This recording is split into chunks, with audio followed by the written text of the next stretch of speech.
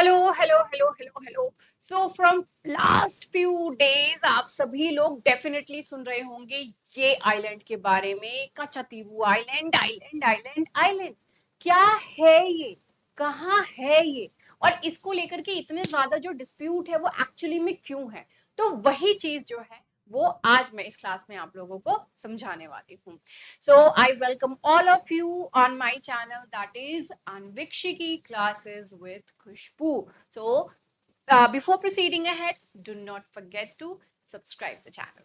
चलिए, so let's get started. तो हाल फिलहाल में आप सभी को ये चीज तो पता होगी ही कि भाई ये जो है अपने प्राइम मिनिस्टर जी, उन्होंने हालांकि कुछ टाइम पहले भी इस चीज को पॉइंट आउट किए थे और अभी फिर इस चीज को पॉइंट आउट करे थे हमारे प्राइम मिनिस्टर कि भाई क्या है स्टोरी बिहाइंड दिस। कचतीवू आइलैंड जो है वो श्रीलंका के पास कैसे चला गया, जरा हमको भी बताइए।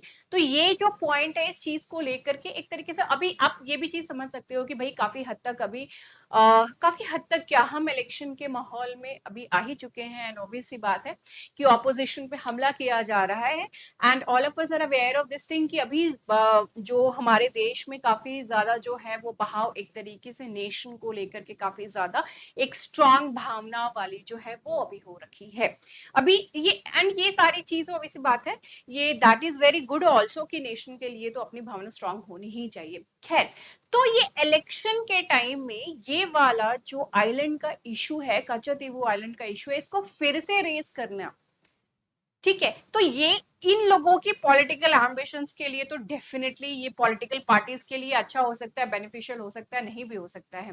But the point is over here, UPSC वालों को एक और टॉपिक मिल गया, एग्जाम प्रिपरेशन कर रहे हैं जितने भी गवर्नमेंट के लिए, जो भी अलग अलग जहां पे भी जी के क्वेश्चन आते हैं, जनरल अवेयरनेस वाले क्वेश्चन आते हैं, करंट अफेयर्स वाले, तो वहां पे तो आप लोगों के लिए एक और चीज आ गया है ना। तो वो एक फ्रस्ट्रेशन वाली बात रहती है। बट यहाँ पे मैं जो चीजें हैं मैं आपको बहुत ही सिंपल तरीके से समझाने वाली हूँ and it is not very difficult.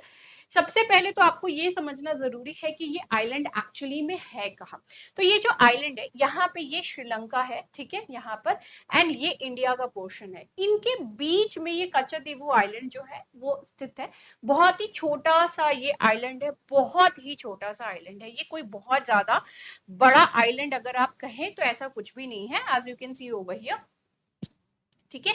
तो श्रीलंका है ये, यहाँ पे हमारा इंडिया है, एंड यहाँ पे you can see this particular island, right. तो यही वो आइलैंड है, छोटू सा आइलैंड, जिसको लेकर के यहाँ पर ये पूरी की पूरी डिस्प्यूट जो है वो इतना बड़ा बखेड़ा बेसिकली खड़ा हो रखा है। अगर हम इसके हिस्टोरिकल बैकग्राउंड के बारे में अगर देखें तो ये जो आइलैंड है ये बना कैसे था। तो ये आइलैंड एक वॉल्केनिक एक्टिविटी की वजह से बना था 14वीं सेंचुरी में, 14th सेंचुरी में इसका फॉर्मेशन हुआ था वॉल्केनो की वजह से, राइट। एंड ये एक तरीके से जियोलॉजिकल हिस्ट्री है। आप लोगों ने ज्योग्राफी तो पढ़ा ही होगा कि किस तरीके से ज्वालामुखी इरप्ट होती है, वॉल्केनो इरप्ट होती है, तो उसके बाद आइलैंड की फॉर्मेशन होती है। एक सीरीज ऑफ आइलैंड्स भी बनते हैं, वो सीरीज ऑफ आइलैंड्स को क्या बोलते हैं कमेंट सेक्शन में जरा बताइए, ठीक है। तो ये जो है ये इस आइलैंड का फॉर्मेशन 14th सेंचुरी में हुआ है, कोई बहुत ज्यादा पुराना आइलैंड भी ये नहीं है। अब एडमिनिस्ट्रेशन की बात करें तो यहाँ पर एक राजा की बात हो रही है, राजा ऑफ रामनद। उन्होंने कहा कि भाई उनका जो कंट्रोल था वहां पे ये कचतीवू आइलैंड में था, ठीक है। एंड ये उनकी जमींदारी जो सिस्टम है उनकी वो जमीन हुआ करती थी, कचतीवू आइलैंड जो है वो उनकी हुआ करती थी, उनके अंडर हुआ करती थी। तो अगर इस हिसाब से देखें, अगर हिस्टोरिकल पर्सपेक्टिव में देखें तो इस हिसाब से वो इंडिया के ही अंडर हुआ करता था। तो इंडिया का एक राजा है, ठीक है, उनके अंडर ये हुआ करता था, राइट। बट लेटर ऑन क्या हुआ कि ये मद्रास प्रेसिडेंसी का लेटर ऑन पार्ट बन गया। अंग्रेज आए, अंग्रेजों ने इंडिया की हर एक पार्ट को जो है अपना बनाना शुरू कर दिया। अब उसके पीछे अंग्रेज जमीनों को अपने अंडर कैसे लेते थे, भाई आस्किंग फॉर द पेपर्स, कागज दिखाओ, भाई कागज दिखाओ वाला सिस्टम जो है ना वो कौन लेकर के आए, अंग्रेज लेकर के आए। पहले हमारे देश में ऐसा कुछ नहीं होता था कि भाई ये जो जमीन है वो इससे बिलोंग करती है, तो इसका पेपर आपके पास होना चाहिए, इससे जुड़े जो कागजात हैं वो आपके पास होना चाहिए। तो ऐसा नहीं था, ट्रस्ट के ऊपर सारी चीजें चलती थी एंड एक म्यूचुअल अंडरस्टैंडिंग के ऊपर ये सारी चीजें होती थी। लेकिन उन्होंने पेपर दिखाने के लिए बोले कि भैया आपके पास पेपर है तो ये जमीन आपकी है, अगर आपके पास पेपर नहीं है तो ये जमीन हमारी हो गई। ठीक है, इस तरीके से चीजें होती थी। Later on he Madras presidency के अंतर्गत जो है by various because various reasons है ना वो आ गया। लोकेशन तो आपको मैंने बता ही दी हूँ। यहाँ पे इनका जो प्राइमरी स्ट्रक्चर की अगर हम बात करें कच्छातीवू आइलैंड की, तो ये जो आइलैंड है इसका एक सिग्निफिकेंस सबसे ज्यादा बनता है वो है सेंट एंथनीज चर्च। यहाँ पे ये चर्च है जहां पर जो लोग हैं वो इंडिया से और श्रीलंका से दोनों से ही लोग जो है वो यहाँ पर पहुंचते हैं। इस चर्च का फॉर्मेशन 20वीं शताब्दी में हुई थी, 20th सेंचुरी में, स्टार्टिंग में अर्ली 20th सेंचुरी में इसका फॉर्मेशन हुआ था। तो जब भी कोई मतलब कोई फेस्टिवल मोड होता है ऑब्वियसली क्रिश्चियनिटी से रिलेटेड, तो जो क्रिश्चियंस हैं वो डिफरेंट एरिया से, इंडिया से एंड श्रीलंका से, वो सभी लोग जो है वहां पे for the Pilgrim purpose you can say, उस पर्पस से जो है ये वहां पर जाया करते रहे हैं हमेशा से। एंड श्रीलंका ने भी ये चीज कर रखी है कि भैया आप वीजा फ्री एंट्री, आप आराम से वहां पे जा सकते हो because of that particular thing. वो तो म्यूचुअल अंडरस्टैंडिंग थी, वो सारी चीजें क्या है, अग्रीमेंट्स क्या है, वो अभी हम आगे इसके बारे में भी जानेंगे। लैक ऑफ पोर्टेबल वाटर, अब ये कच्छातीवू आइलैंड जो है वो बहुत ही छोटा सा आइलैंड है एंड यहाँ पे ये एकदम छोटू सा आइलैंड है और वहां पे पोर्टेबल वाटर नहीं है। आप सभी तो समझ ही सकते हैं कि पोर्टेबल वाटर ड्रिंकेबल वाटर नहीं है, वो अनहैबिटेबल प्लेस है, छोटा सा एरिया है, अनहैबिटेबल है, परमानेंट वहां पे हैबिटेशन का अभी नहीं सोच सकते क्योंकि फ्रेश वाटर का सोर्स वहां पर फिलहाल नहीं है। ये अगर हम डिस्प्यूट की बात करें तो 1921 की ही बात कह रहा है कि इंडिया और श्रीलंका जब उस टाइम ये ब्रिटिश कॉलोनीज में थे तभी ये कच्छातीवू को लेकर के जो है वो कंसर्न्स रेज करे जा रहे थे and especially related to the fishing boundaries. Fishing ये एक बहुत बड़ा जो है मुद्दा है, यहाँ पर बहुत बड़ा मुद्दा है। देखिए मछुआरे जो है समुद्र में जा रहे हैं, समुद्र में कोई लाइन तो नहीं है, लेकिन हमेशा जो एक बाउंड्री रहती है कि सपोज ये एक कंट्री है, ये एक कंट्री है, तो इनके एक इंटरनेशनल बाउंड्रीज होती हैं। अगर इंटरनेशनल बाउंड्रीज को आप क्रॉस करके दूसरे की इंटरनेशनल बाउंड्री के अंदर आप एंटर करते हो, right, and without any kind of permission, then definitely आपके ऊपर केस कर सकते हैं, आपको गिरफ्तार करने का पूरा हक जो है वो दूसरी कंट्री के पास है जिनके आप इंटरनेशनल टेरिटरीज जो टेरिटरी है उसके अंतर्गत आप जा रहे हो। Vice versa the same thing applies over here, same thing इधर से भी जो है वो अप्लाई होती है। फिशरीज है, समुद्र में फिश उनकी तलाश में काफी टाइम जो मछुआरे हैं वो काफी दूर तक भी चले जाते हैं और अक्सर ऐसा देखने के लिए मिला है एंड स्पेशली 2012 के बाद से जो है बहुत सारी ऐसी केसेस हो गई थी जहां पर कि इंडियन मछुआरे जो है, भारत के मछुआरे थे, उनको काफी ज्यादा गिरफ्तार किया जा रहा था बाय श्रीलंकन नेवी। वहां से जो है इनको वो लोग जो है इनको गिरफ्तार कर रहे थे और ये केस बहुत ज्यादा बढ़ गया था। तो उस टाइम पहले से भी इसके लिए आवाज उठाई जा रही थी, लेकिन उस टाइम और भी ज्यादा तेज हो गई थी आवाज कि कच्छातीवू आइलैंड को जो है वापस हमको चाहिए, आपने ऐसे कैसे आपने जो है कच्छातीवू आइलैंड उनको दे दिया, यानी कि श्रीलंका को दे दिया। अब जब मैं यहाँ पे इस चीज के बारे में बात कर रही हूँ इंटरनेशनल बाउंड्रीज के बारे में, तो आपको यहाँ पर ये चीज को देखना जरूरी है। तो हियर यू कैन सी कि इंडो श्रीलंकन मैरीटाइम बाउंड्री जो है ये इंडो श्रीलंकन मैरीटाइम बाउंड्री है, दिस इज द बाउंड्री। ठीक है, इंडिया और श्रीलंका की ये मैरीटाइम बाउंड्री है। यहाँ पर कच्छातीवू आइलैंड जो है वो यहाँ पर लाई करता है, this is the place where it lies and historically अगर हम देखें हिस्टोरिकल पर्पस से तो ये इंडिया के ही अंतर्गत रहा है। ठीक है, इंडिया के ही अंतर्गत रहा है। Later on because of the ये मैरीटाइम बाउंड्री है भाई, ये हमारे अंतर्गत नहीं आता है इंटरनेशनल बाउंड्री के हिसाब से अगर हम देखें तो ये जो है यहाँ पर ये श्रीलंका को ट्रांसफर कर दिया गया था। इसके बदले और भी चीजें हुई थी, उसके बदले में हमने क्या लिया क्या नहीं हुआ वो भी चीजें मैं आपको जो है समझाऊंगी। फिलहाल ये चीज समझ लीजिए। एक्सक्लूसिव इकोनॉमिक जोन की यहाँ पर बात कर रहे हैं, जो कि एक पोल्यूशन ये प्रिवेंशन जोन भी होता है। एक्सक्लूसिव इकोनॉमिक जोन में आप अपनी तरफ से एक्टिविटीज कर सकते हो एंड यहाँ पे किसी और का कोई हक नहीं होता है कि वो आकर के किसी तरीके का कोई एक्सप्लोरेशन जो है वो बेसिकली आकर के कोई भी मतलब कोई दूसरी कंट्री आकर के एक्सप्लोरेशन करे। पेट्रोलियम का एक्सप्लोरेशन हो गया, किसी और चीज का, जो मैं मतलब जो भी आप सी में जो भी रिसोर्सेज हैं उनके एक्सप्लोरेशन से रिलेटेड मैं बात कर रही हूँ। अगर हम यूएन क्लॉज के हिसाब से देखें तो 200 नॉटिकल माइल्स जो है यहाँ तक आपका मतलब जो भी कंट्री है उसका कंट्रोल रहता है उतनी दूरी तक। उसके आगे का जो है वो हाई सीज उसको कहते हैं वहां। और अगर किसी और देश का सपोज कि कोलाइड नहीं कर रहे, सपोज कि यहाँ पे इंडिया जो है, इंडिया का 200 नॉटिकल माइल्स यानी कि इनका जो टेरिटोरियल एरिया है वो खत्म हो गया, मतलब हमारा जो एक कंट्रोल है वो इतने एरिया तक ही रहेगा। इसके बाद अगर किसी कंट्री का अपना एरिया स्टार्ट अगर नहीं होता है तो इसको हाई सीज कहेंगे। अब हाई सीज एक्चुअली होता क्या है, यहाँ पे किसी का भी कोई कंट्रोल नहीं होता है। Okay, please keep this thing in your mind कि हाई सी वो एरिया है जहां पर किसी भी देश का कोई कंट्रोल नहीं होता है। This is of every country, ये बिलोंग करता है हर एक कंट्री से।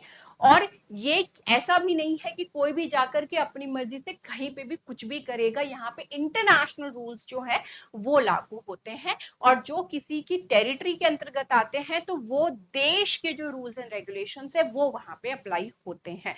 तो यहाँ पे साउथ चाइना सी का केस जो है वो भी आप एक बार उसको रिवाइज कर लेना, मैं एक क्लास जो है उसके ऊपर भी ले लूंगी, क्योंकि यहाँ पे यही इकोनॉमिक जोन जो है, एक जो इंटरनेशनल बाउंड्री है उसके यहाँ पर मेंशन हुआ है। एंड साउथ चाइना सी में जो डिस्प्यूट है, चाइना दूसरे की बाउंड्रीज को क्रॉस करके वो एरिया भी बोलता है कि वो हिस्टोरिकल तौर पे हमसे बिलोंग करता था, तो आज भी वो हमसे ही बिलोंग करना चाहिए।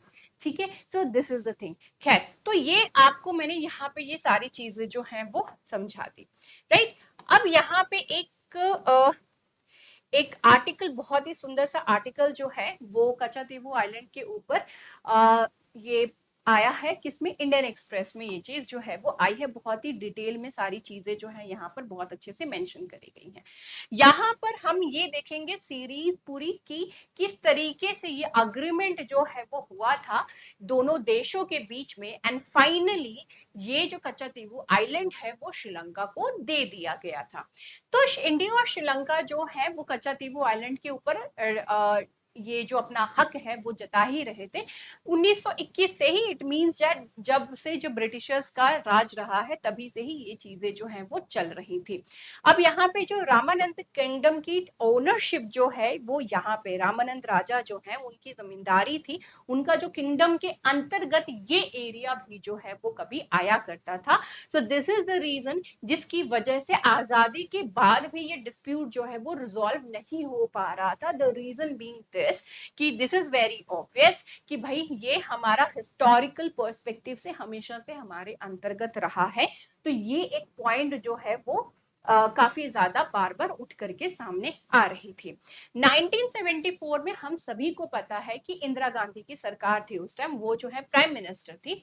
तो जो दोनों गवर्नमेंट है, इंडिया की गवर्नमेंट और कोलंबो की यानी श्रीलंका की जो गवर्नमेंट है, उन्होंने साइन किया, द टू गवर्नमेंट साइंड, ये 26 जून को उन्होंने साइन किया। और एक तो उन्होंने 26 जून को और 28 जून को मीटिंग करी, अग्रीमेंट साइन किए। एंड इस अग्रीमेंट में ये चीज हुआ कि जो आइलैंड है वो श्रीलंका को दे दिया गया, लेकिन यहाँ पे ये चीज कही गई, जो इंडियन फिशरमैन है उनको ये चीज ये एक एक्सेस जो है वो दिया गया कि भाई आप जो है वहां पर जा सकते हैं, कहाँ पे जा सकते हैं, कच्चातीवू में जा सकते हैं, वहां पे रेस्ट कर सकते हैं, आप अपने जो जाले हैं, नेट हैं, उसको सुखा सकते हैं, ठीक है।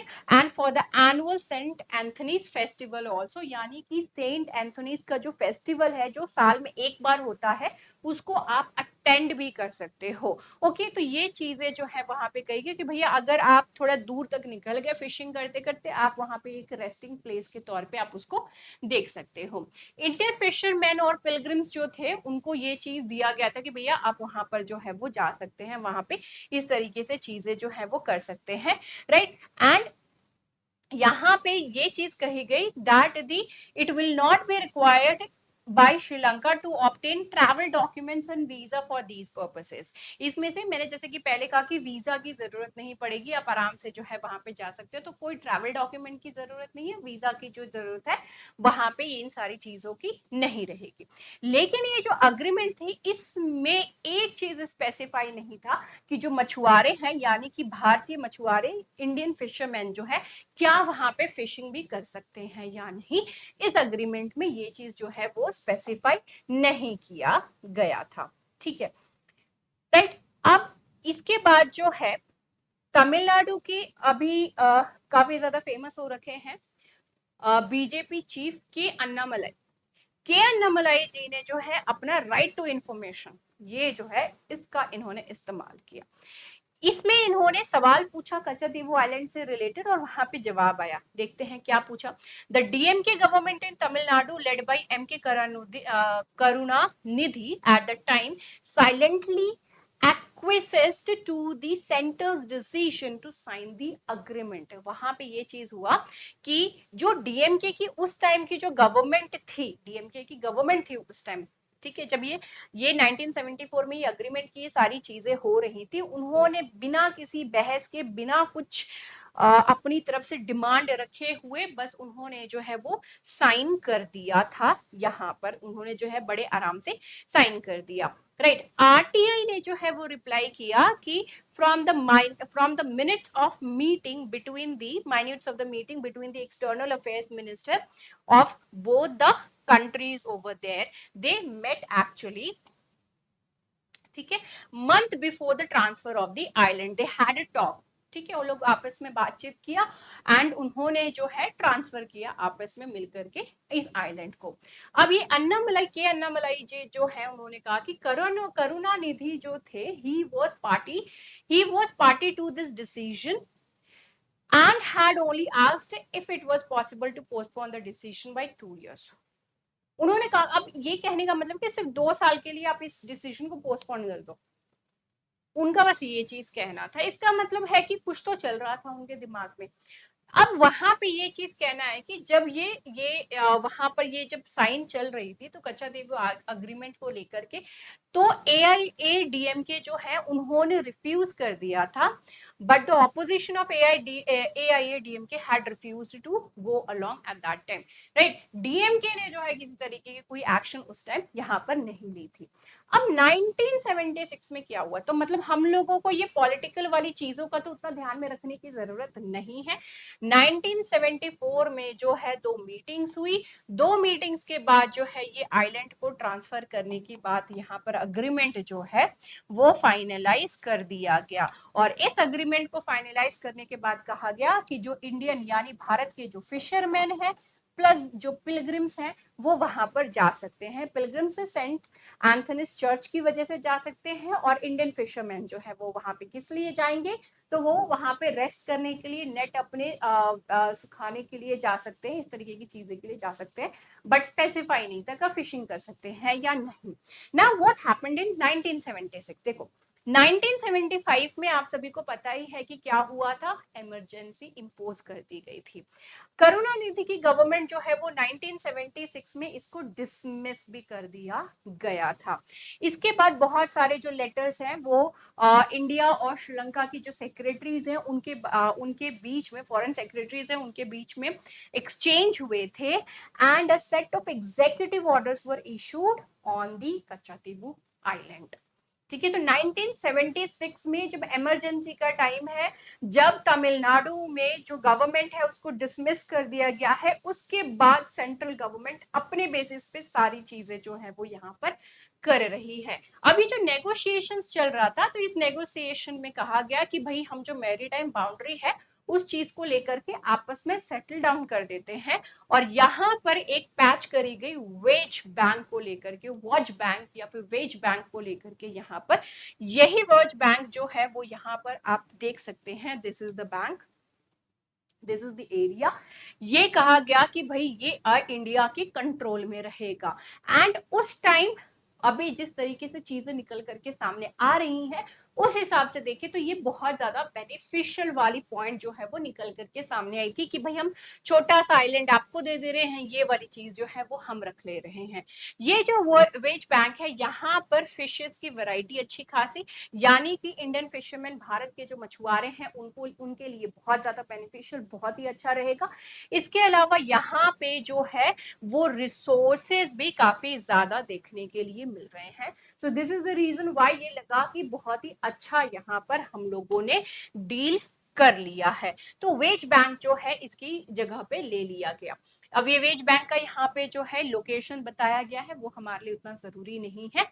ये इसको कंसीडर किया जाता है as the world's richest fishing grounds, and ये it is in a much more strategic part of the sea than that of the island of Kachativu, क्योंकि ये हमारे मैरीटाइम, देखो ये जो वेज बैंक है ये इंडिया के यहाँ पे आप देख सकते हो जस्ट नीचे ही आ रहा है। एंड लोकेशन के पर्सपेक्टिव से देखें तो ये हमारा टेरिटरी है, तो इसका मतलब ये इसके आसपास का एरिया में किसी तरीके की कोई इंटरफेरेंस किसी और कंट्री की बर्दाश्त नहीं करी जाएगी, राइट। तो अगर हम अपने सिक्योरिटी पर्पस के हिसाब से यहाँ पे देखें तो ये बहुत ही अच्छा है, ठीक है। उस हिसाब से देखें तो this is really very good deal related to this thing. Indian Ocean में अगर हम अपनी स्ट्रेटेजिक पोजीशन को लेकर के अगर हम बात करते हैं तो ये बहुत ही अच्छा यहाँ पर निकल के आता है सामने, right. Now this area near Kanyakumari has been significant for the fishermen and especially Tamil Nadu और केरला से जो मछुआरे जाते हैं उनके लिए ये बहुत ही अच्छा निकल करके सामने आया है वेज बैंक का जो एरिया है। अब ये जो दोनों कंट्रीज हैं, इन्होंने 1976 की मार्च में अग्रीमेंट पे कहा कि भैया वेज बैंक जो है वो हमारे एक्सक्लूसिव इकोनॉमिक जोन के अंतर्गत आता है, तो वो हम रखेंगे, ठीक है। एंड इसके अलावा ये चीज कहा गया कि जो फिशिंग वेसल्स हैं श्रीलंका की जो लोग हैं, ये क्या कह रहे हैं कि मतलब देखो यहाँ पे ये चीज कहा गया कि ये हमारे हमारे इकोनॉमिक जोन के अंतर्गत आता है, तो इसके रिसोर्सेज जो है वो भी हमारे ही हुए।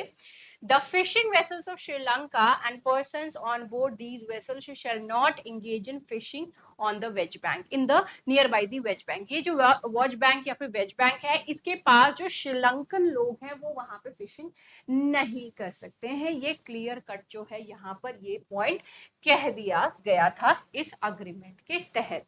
लेकिन एक रिक्वेस्ट जरूर करी गई थी Sri Lankan government, at the request of the Sri Lankan government, ये चीज यहाँ पे जरूर कह दिया गया था and as a gesture of the goodwill also, कि जो श्रीलंका की जो बोट्स हैं जिनको लाइसेंस दिया जाएगा इंडिया की तरफ से, वो वहां पे जाकर के फिशिंग कर सकते हैं, लेकिन एक साल में सिर्फ 2000 टन की ही फिशेस जो है वो वहां पे फिशिंग कर सकते हैं, जो मछलियां हैं वो पकड़ सकते हैं, इतने ही एक साल की यहाँ पर बात हो रही है, उससे ज्यादा नहीं कर सकते हैं। And as soon as India ये डिसाइड करती है कि हम वहां पे किसी तरीके का रिसोर्स का एक्सप्लोरेशन करेंगे, तो तब से जो है इस तरीके की कोई एक्टिविटी श्रीलंकन पीपल की, चाहे फिशरमैन हो चाहे कोई भी लोग है, वहां पर उनकी नहीं होनी चाहिए, वो बंद हो जानी चाहिए, राइट। तो ये चीज जो है वो कहा गया था, और ये सारी चीजें बेसिकली वो 3 साल के लिए ही कही गई थी कि 3 साल तक आप इस तरीके से चीजें जो है वो कर सकते हो।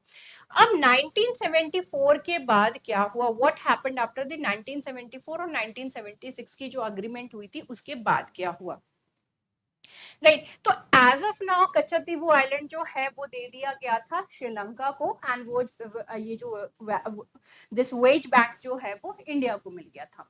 1990s में पार्क स्ट्रीट के पास जो the Palk Strait which is near by this Wadge Bank only, वहां पे काफी सारा जो है प्रोलिफरेशन हो रहा था। It's a proliferation of efficient bottom troll fishing, ठीक है। और ये सारी चीजें जो हो रही थी वो इंडियन साइड की तरफ हो रही। बॉटम ट्रॉल फिशिंग का मतलब क्या होता है, यहाँ पे क्या होता है कि जो जाले होते हैं मछुआरे, वो जालों को, दिस इज द पानी, ठीक है, समुद्र है ये, ठीक है, ये